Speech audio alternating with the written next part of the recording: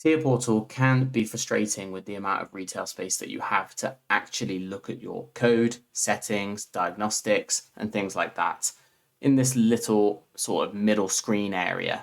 And I say little because if you actually have a look at something like a ladder block, whilst you've got the diagnostics open and you're looking at the block interface, suddenly you only actually have this tiny area here. And in a lot of cases, it's not even enough to show one rung or one network. So there are things that you can do about this. For example, making use of the floating windows. If you have more than one screen, this can be dragged down onto a second screen, maximizing the vertical space that you have here. You can do the same for your instructions palette and pop that out onto a second screen. You can't do that with the project tree, and I'm not quite sure why, but Siemens have decided that that must stay pinned to the left-hand side. But you can collapse it if you're not using it. You can set these to auto collapse as well. And you can also pop out entire code windows and then maximize them to sit over the top of Tier Portal so that you can really see exactly what you're doing. And this is really useful for doing online monitoring where you don't want the distractions of taskbars and things like that. You just want to be able to follow the logic and have a look at what you need to have a look at. Up here on the top right, there is the small button to float again, which makes it a floating window again. Or there's this button, which is embed, which embeds it back in to Tier Portal. And the same for this and this. And Tier Portal does do a pretty good job at sort of managing these windows for you and putting things back how they should be. And it's also worth noting that down here, you can see that my objects are grouped together and they're grouped by language. So function block and ladder go together, structured text. This is cause and effect matrix and graph, and then all of my data blocks, which all happen to be instance data. And I'm pretty sure that it will group instance and global data together, but I might be wrong on that. And then down here, if I click this button, which is ungroup, you can have them ungrouped and organize in the order in which they were open. If you right click on an object down here, you do get things like split editor space vertically or horizontally. So if I click this button here, it opens another window.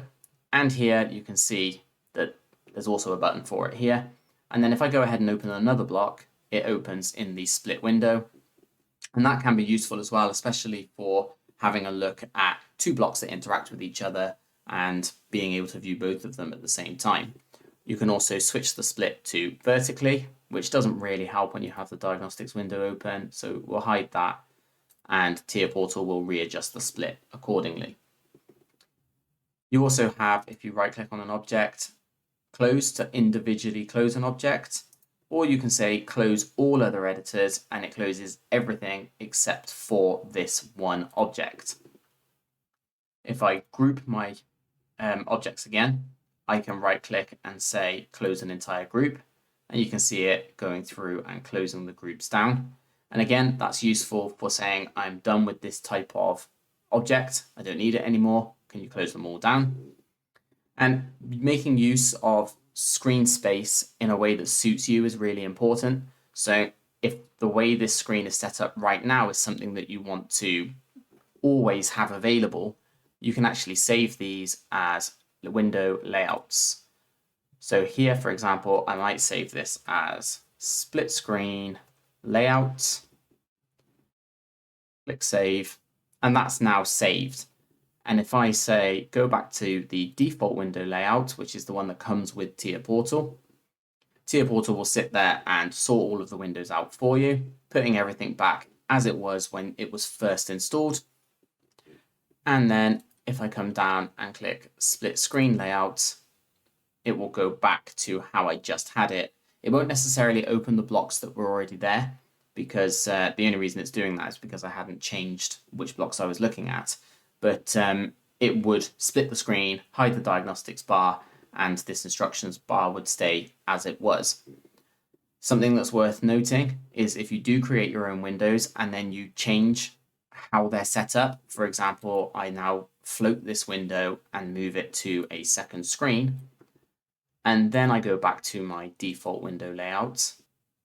Obviously, it will put the floating screen back and sort everything out as it was, as TIA Portal's default window setup is. But when I go back to my split screen layout, it won't go back to how it was when I dragged that window out. It will go back to how it was when that window was saved.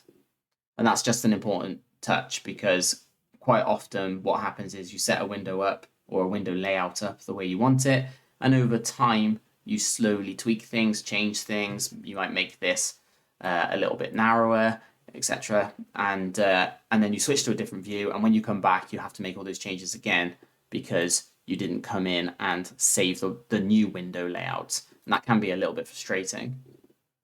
And that's really it for the window management. But it is something that is worth knowing, and it's definitely worth taking advantage of, because not very many editors actually allow for such flexibility with Windows.